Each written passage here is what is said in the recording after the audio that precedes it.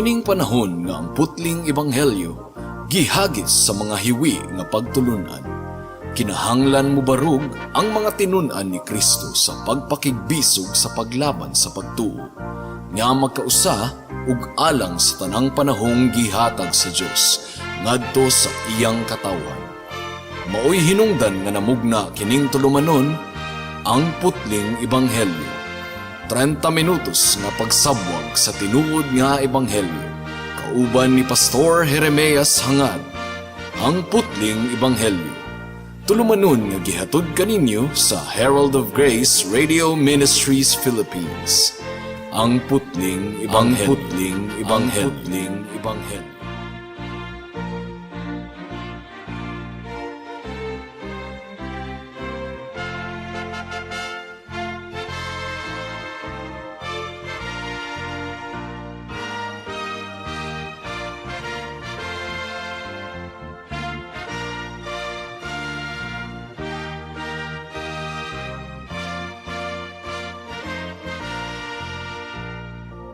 Alang sa pagpamalandong sa pulong sa Ginoo niining takna, atong pagabuklaton ang Biblia sa Mark chapter 10 verse 1 hangtod sa 12.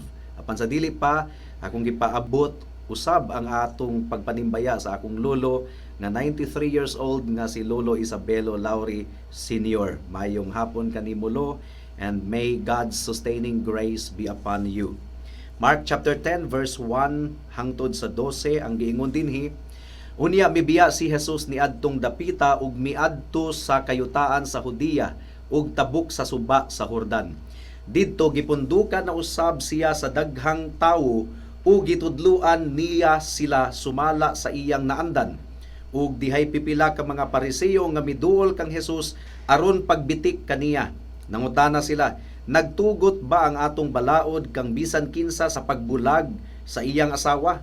Si Jesus misumbalik sa pagpangutana kanila, unsa may gisugo ni Moises kaninyo? Mitubag sila, mitugot si Moises nga ang bana makahimo pagbulag sa iyang asawa human niya himui og sulat sa pakigbulag ang iyang asawa.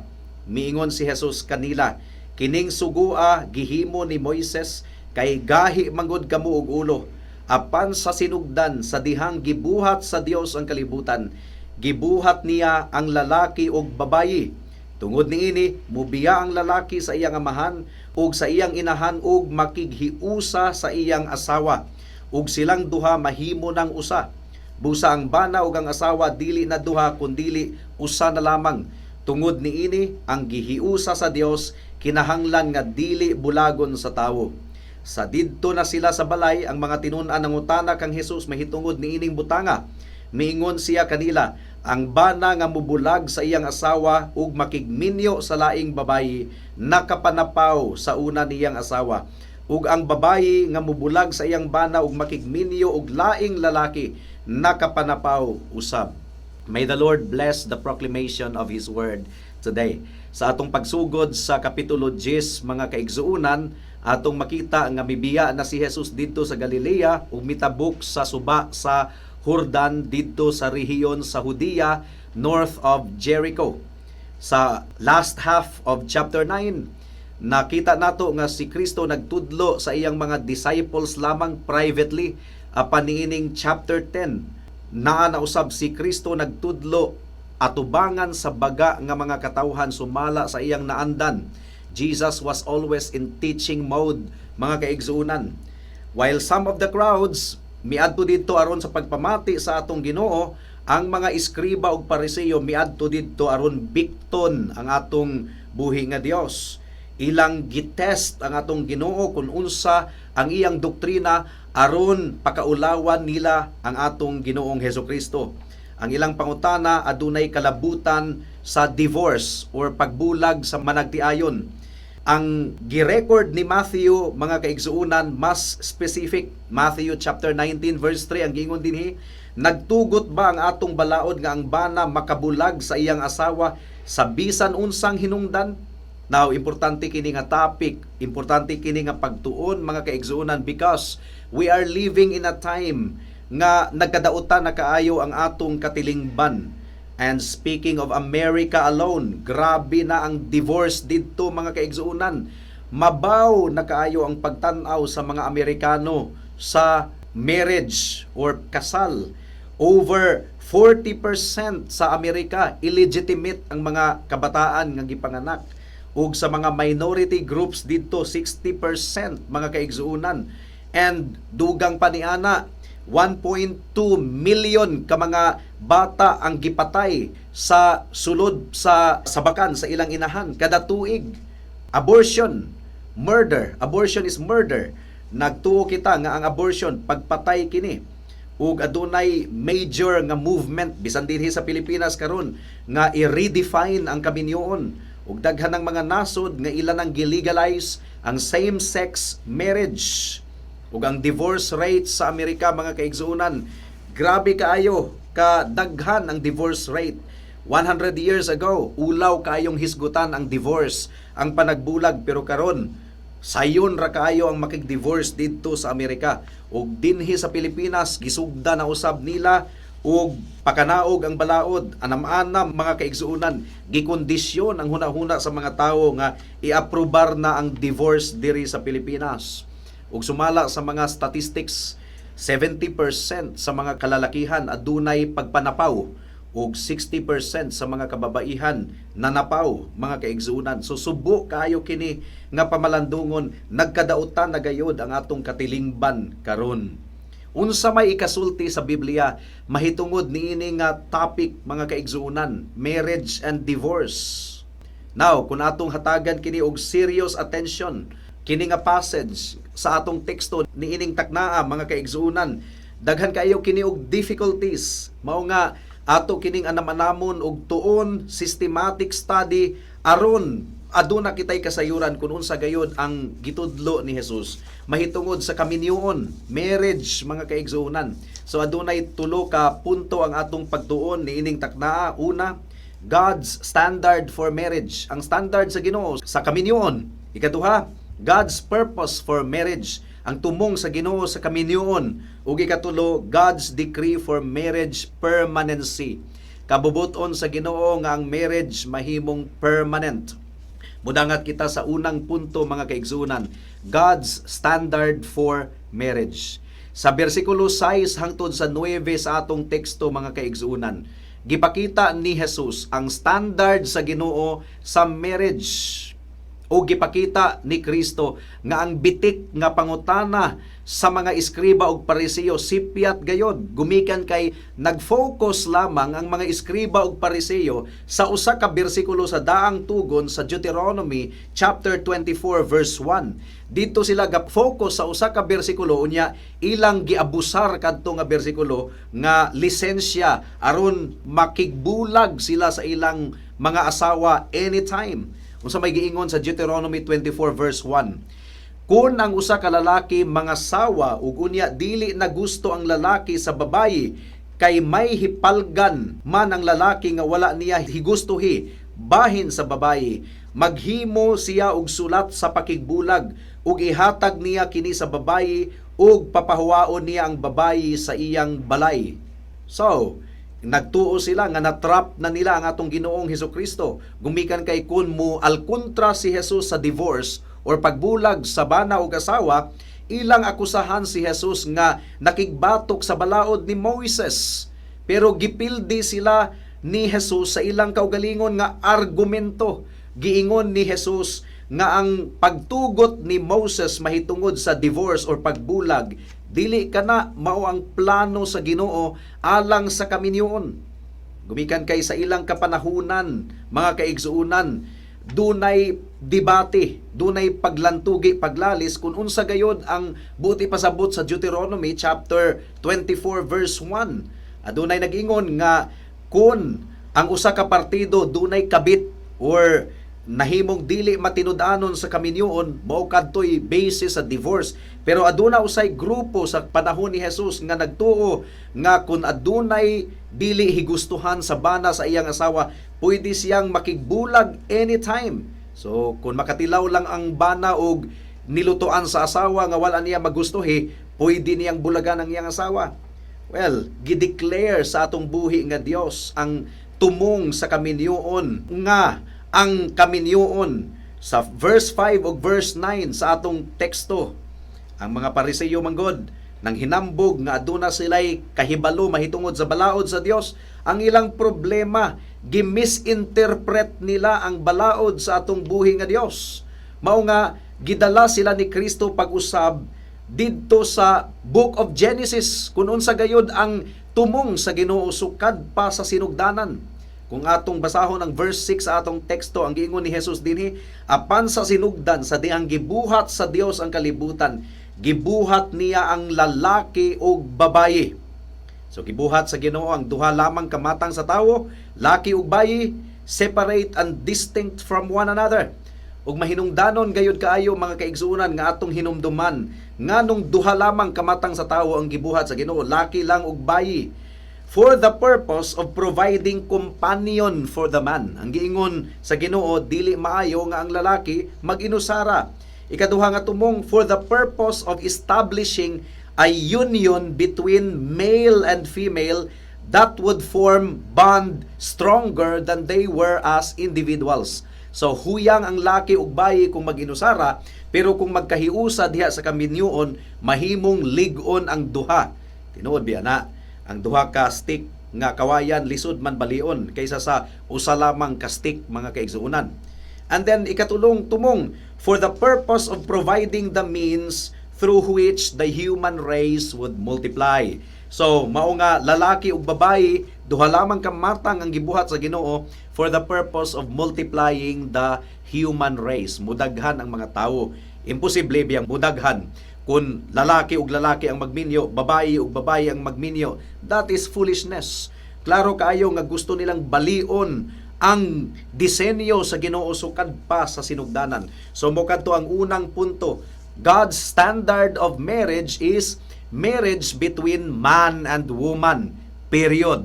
Dili na nato na usbon nga standard mga kaigsuonan. Gumikan kay kung usbon nato nga standard, nakasala kita sa Ginoo, atong gibugal-bugalan ang atong buhi nga Dios ug ang iyang tunglo maanaa kanato. Klaro kayo. Man and woman, male and female, di na nato na usbon mga kaigsuonan. Bisan pagdaghang rally karon nga usbon ang definition sa marriage, but we stick to the standard of marriage and our conscience is telling us nga mao kana ang insakto mga kaigsuonan. Ikaduhang punto, God's purpose for marriage, ang tumong sa Ginoo sa kaminyoon. Unang tumong, sumala sa nahasulat sa Genesis chapter 2 verse 18. Ang unang tumong is companionship, aron adunay makauban ang lalaki. Genesis 2:18, dili maayo nga mag-inusara ang tawo, himuan ko siyag kauban ug katabang nga angay kaniya. So gikumpirmar kini sa science mga kaigsuonan. Gipamatud-an kini sa science nga ang mga minyo mas taas-taas ang pagkinabuhi niining kalibutana. Mas jutay ra ang ilang balatian nga masinatian kaysa sa mga single. Now, this is not to say nga atong gikondenar ang nagpabiling single, gumikan kay ang mga nagpabiling dalaga o ulitawo hangtod sa ilang pagkatiguang, adunay mga cases nga wala lang gyud pod gitugot sa Ginoo nga maminyo sila. Duna sila'y gift of celibacy. Dunay mga tawo, pareho kang Pablo, susama kang Pablo nga gipili nila nga magpabiling single aron dili sila maisturbo sa ilang pagsangyaw sa ebanghelyo. Gipasabot kini ni Pablo sa 1 Corinthians 7:32-35. Ang giingon dinhi, buot ko nga mahilikay kamo sa kabalaka. Ang tawo nga dili minyo magtagad sa buhat sa Ginoo, kay maningkamot man siya sa pagpahimuot sa Ginoo. Apan ang tawo nga minyo magkapuliki sa kalibutanong mga butang, kay buot siyang magpahimuot sa iyang asawa. Busa, mabahin ang iyang hunahuna. Ang babayi nga dili minyo o ang usa ka dalagang putli magtagad sa buhat sa Ginoo, kay buot siyang maghalad sa iyang lawas ug espiritu. Apan ang babayi nga minyo magkapuliki sa kalibutanong mga butang, kay magtinguha man siya pagpahimuot sa iyang bana. Gisulti ko kini alang sa inyong kaayuhan, dili ko tuyo ang pagpugong kaninyo. So dili bawal ang magminyo kay mo gini disenyo sa Ginoo sukad pa sa sinugdanan. It is not good for a man to be alone. But in the case of Paul ug sa uban nga mga alagad sa atong buhi nga Dios, gipili nilang magpabiling ulitawo or dalaga aron dili mapugnan ang buluhaton sa Ginoo. Hinuon buot ko nga magbuhat kamo sa matarong ug husto ug hingpit nga magtugyan sa inyong kaugalingon ngadto sa pag-alagad sa Ginoo. So whether minyo or dili minyo, mangalagad kita sa Ginoo. That is the point of Paul. But in his experience, mas gipili niya nga magpabiling dili minyo. Dili kini pinugsanay mga kaigsuunan. Gumikan kay ang Biblia klaro kayong nagaingon sa Kolosas nga kun atong pugso ng usa ka tawo nga dili magminyo, magpabiling uli tawo, doktrina kuno kana sa mga demonyo. So dunay mga grupo nga ang ilang mga ministro or ang ilang mga pari ilang gihimong balaod nga dili mahimong magminyo. The Bible tells us doctrine of the demon kana, doktrina sa mga demonyo. Mao gani nga daghan kayong mga iskandalo nga nangahitabo kay gipugos man ang mga magbubuhat nga dili magminyo, nga magpabiling dalaga ug ulitawo mga kaigsuunan. Now do na po'y uban nga gidelay nila ang ilang kaminyoon, gidilatar gumikan kay dili pa sila andam. Kay ang taong minyo mo akaon sa iyang pamilya, mupa-eskwela sa iyang pamilya, kinahanglan nga aduna siya stable nga trabaho, mao nga nadilatar ang iyang pagminyo. But the ultimate purpose of God for human being is that maminyo sila.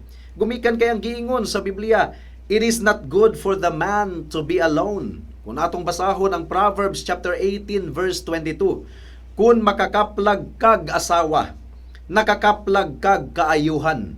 So, mga bana, higugmao nato ang atong asawa. Gasa di kana sila gikan sa Ginoo. Kanato, gasa na sila sa Ginoo sa atoa.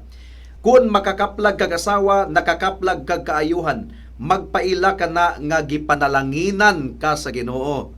Gipanalanginan dai kita sa Dios. Gumikan kay nakakaplag kita og mga asawa. Higugmao nato ang atong mga asawa.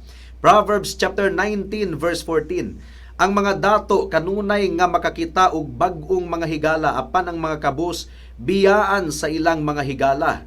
Now, masubo kini mga kaigsuunan. Mao gani nga kinahanglan gyud nga maminyo ang usa ka tawo kung gitawag siya sa kaminyoon, and I believe majority of the people in the world gitawag sa kaminyoon aron nga magtinabangay ang asawa ug bana aron molambo ang ilang kinabuhi.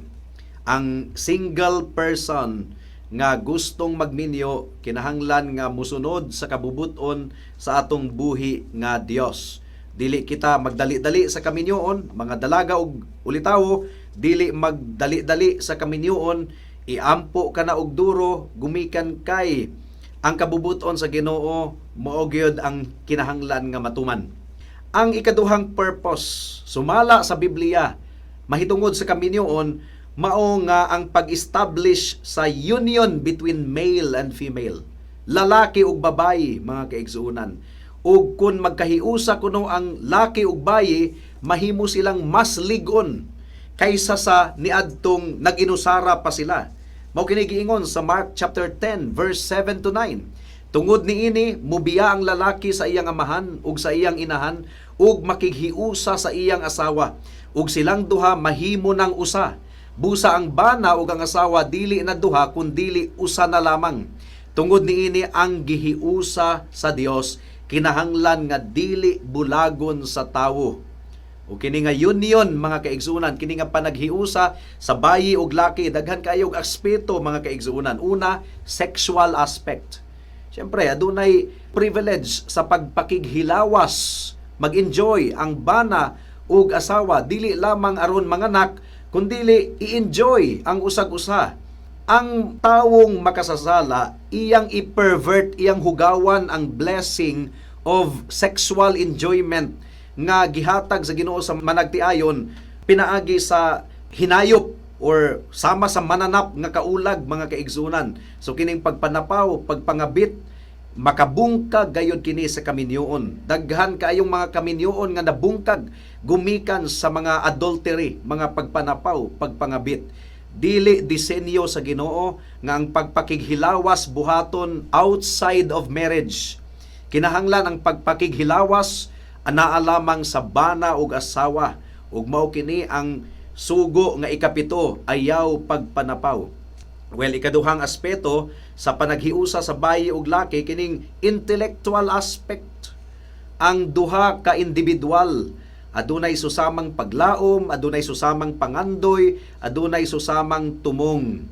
Ang bana mo encourage sa iyang asawa ug musuporta sa iyang asawa ug dili mudaot sa iyang asawa. Maingon mausab ang asawa, musuporta sa iyang bana, mo encourage sa iyang bana ug dili mudaot sa iyang bana. So amigo kining duha, barkada kining duha, nagkahiusam ug ganing gitawag og managtiayon kay nagkatiayon gayod. Subo kayong pamalandungon ang managtiayon nga sigig away. Kada adlaw gasigig away, kada adlaw gasigig sinagitay. Kabubuton kana sa Ginoo. Ay, iampo nato ang atong mga kaminyoon nga ang gugma mo patigbabaw. Efeso kapitulo 5 bersikulo 28. Kinahanglan nga ang gugma maghari. Kinahanglan nga ang mga bana, Ephesians 5:28, kinahanglan nga ang mga bana mahigugma sa ilang asawa, ingon nga nahigugma sila sa ilang kaugalingong lawas. Ang bana nga nahigugma sa iyang asawa, nahigugma sa iyang kaugalingon. Ang husband ug ang wife, mga kaigsuunan, kinahanglan nga mamintinar ang pagsalig nila sa usag-usa. And they must grow intellectually together. And then, usa pa ka aspeto sa pagkamanagtiayon, mao kining moral aspect. Nga ang amahan o ginahan, mutudlo sa ilang mga anak, sa pulong sa Ginoo, sa balaod sa Dios. Spiritual aspect usab, nga ang mga ginikanan maningkamot nga ang ilang mga anak madala sa tiilan sa atong buhi nga Dios. Mark chapter 10 verse 8 to 9. Ug silang duha mahimo ng usa, busa ang bana ug ang asawa dili na duha kun dili usa na lamang. Tungod niini ang gihiusa sa Dios, kinahanglan nga dili bulagon sa tawo. So giklaro gayod sa atong Ginoong Hesukristo, mga kaigsuunan, nga ang marriage, ang Ginoo mo'y gadisenyo ni ana, ang Ginoo mo'y gatakda ni ana, sukad pa sa sinugdanan. Ug sama sa Sabbath, mga kaigsuunan, ang marriage creation ordinance nga magpabilin as long as the present world exists. Ug ang ikatulong tumong sa kaminyoon mao ang procreation of the human race, kining mudaghan ang mga tawo, manganak ang mga tawo. Genesis 1:28, panganak kamugdaghan ug lukpa ang kalibutan sa inyong mga liwat ug dumalaha ang kalibutan. Kamoy magbuot sa mga isda ug sa mga langgam ug sa tanang ihalas nga mananap. Well, ang pagpadako sa mga anak, importante kini nga contribution alang sa maturity sa mga tawo. Mga anak gayod ang mga minyo. Ang giingon ni Albert Mohler, ni atong gi-interview siya sa CNN, parenthood is a part of helping to create adults. Mamature ba gyud ang tawo kung manganak na? Mohler said, we grow up by having children. Without that responsibility, we have a generation of perpetual adolescents just growing old. Nindot nga idea ni Albert Mohler. This is really about avoiding responsibility, and I find that tremendously sad. We have to understand that parenthood is to be understood as a part of marriage itself. Kabahin sa kaminyoon mao ang parenthood nga kita muatiman ug mumatuto sa mga anak. Ikatulong punto, katapusang punto, God's decree for marriage permanency. And by the way, gisulti ka to ni Albert Mohler, kay uso na kayo sa Amerika karon ang pagpakuha sa bata, pagpatay sa bata sa sabakan sa inahan, which is murder, sala at ubangan sa Ginoo. Ikatulong punto, God's decree for marriage permanency. Ang union, ang panaghiusa sa kaminyoon nga gi-establish sa Ginoo, mabulag ba sa tawo? Kabubuton ba sa Dios nga bulagon kini sa tawo? Well, giklaim sa mga Pariseyo nga si Moses kuno naghatag og pagtugot, permission. First of all, kadto nga pagtugot matud pa kang Hesus, gitugot lang kadto sa kagahi sa ilang ulo aron makontrol ang divorce. Kay uso naman gud ang divorce sa mga kanasuran sa una. Uso na kayo sa nga tanan ba? Ang mga bana, ilang sipaon ang ilang asawa, kung dili na nila gusto. So uso ni adtong panahona, nakita ni Moses nga ang mga Israelita misundog sa practices sa mga nasod. Mao nga, naghatag si Moses og balaod mahitungod sa divorce aron ma-regulate ang divorce. Dili bot pasabot nga ang divorce kabubuton sa Ginoo. Mo kini ang gipasabot ni Kristo kanila. Miingon si Jesus kanila, kining sugua gihimo ni Moises kay gahi man gud kamug ulo. Gaawat-awat man sila sa practices sa ubang mga nasod nga uso ang divorce. Mao nga gitugot na lang ni Moses sa kagahi sa ilang ulo aron maminus-minusan ang divorce. Mao nga gabuhat si Moses og balaod sa divorce, but it doesn't mean to say nga kabubuton sa Ginoo ang divorce. Temporaryo lamang kadto, mga kaigsuonan. Ang giingon sa Ginoo sa Malakyas kapitulo 2 bersikulo 15 ug 16, klaro kaayo nga gidumtan sa Ginoo ang panagbulag sa asawa ug bana. Wala ba kamo hiusaha sa Dios sa lawas ug sa espiritu?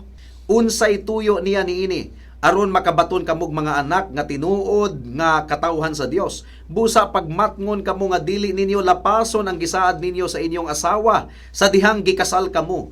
Dili ko gusto nga bulagan ninyo ang inyong asawa, nag-ingon ang Ginoo, ang Dios sa Israel. Dili ako gusto nga buhaton sa bana kining daotang butang ngadto sa iyang asawa. Busa pagmatngon kamo ug ayaw ninyo lapasa ang inyong panumpa ngadto sa inyong asawa. So nakita nato, mga kaigsuonan, dili kabubuton sa Ginoo ang divorce. Ang giingon ni Jesus, to divorce and then go to another is to commit adultery. Matud pa sa Mark chapter 10 verse 9. Because there had been inseparable union. Whatever God has joined together, let no one separate. Mo kini giingon sa Ginoo sa bersikulo 9. Tungod niini ang hiusa sa Dios kinahanglan nga dili bulagon sa tawo. And this is a permanent union. Ug walay katungod ang mga tawo nga i-dissolve ang kaminyoon or putlon ang kaminyoon. Kung unsa ang gihiusa sa Dios, walay bisan kinsa nga adunay katungod nga mubulag niini. So, kinahanglang masayra nato, mga kaigsunan, nga gidisenyo sa Ginoo ang kaminyoon to be permanent. Mao nga ang mga ulitaw og dalaga sa among simbahan nga nagplanong magminyo, tambagan gyud namo kanunay nga hunahunaa gyud na og duro, pamalandungi og duro, iampo ka na og duro kay once lang gyud na mahitabo, permanent na gyud na. Dili na mura og kaning ukay-ukay ba nga kung dili matakdo sa imong lawas pwedeng iuli nimo sa tindahan ug ilisdan og lain. Dili ngunana, mga kaigsuonan. Dili kini grocery item nga pwedeng pulihan. It is a permanent transaction, mga kaigsuonan. Ug mo kini ang kabubuton sa atong buhi nga Dios. Now, ang pangutana, wala ba gyud exception, pastor? Wa ba gyud giingon sa Biblia nga exempted? Ato kining tun-an sa sunod nga semana kay taas kaayo kini nga pagtuon, mga kaigsuonan. Introduction pa lang kini sa atong pagtuon niining semanaha, niining adlawa.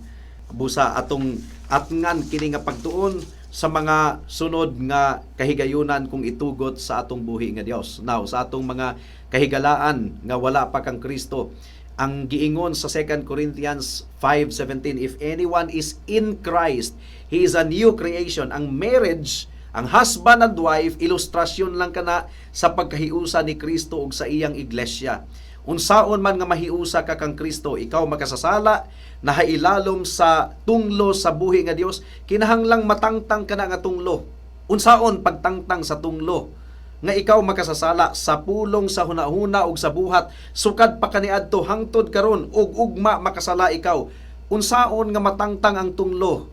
Dili kini matangtang sa imong kaugalingong pagkabuutan higala gumikan kay ikaw makasasala, pero matangtang ang tunglo, ang imong pagkabuutan hugawng panaptong dinugan lamang atubangan sa Dios. Ang pamaaging nga matangtang ang tunglo mao nga ang pagkamatarong ni Kristo ug ang iyang dugo isulob kanimo, itabon sa tanan nimong mga sala, ihugas ug gisaad kana sa Ginoo nga iyang pagabuhaton kanimo kung ikaw maghinulsol ug mudangop kaniya ug mutuo lamang kaniya ingon nga imong bugtong Dios ug manluluwas. Mao kana ang bugtong pamaagi nga matangtang ang tunglo sa tanan nimong sala, past, present and future. Ang kaluwasan pinaagi lamang sa grasya, ug sa grasya lamang ug madawat kini nimo pinaagi lamang sa pagtuo. Buhata kini higala karon dayon kay basin ug ugma ulahin na ang tanan. Magampo ta. Salamat o Dios sa mensahe nimo niining takna ug among gipangayo nga magbunga kini sa kasing-kasing huna-huna sa mga katawan ug hinaot nga magiyahan ang mga individual aron ang ilang kaminyoon mahauyon sa imong kabubuton o Dios. Mao kini among giampo ug gipasalamatang daan sa ngalan ni Jesus. Amen. Alang sa dugang nga mga pangutana, mahimong mo text kang Pastor Jeremias hangad sa 0935 744 3030.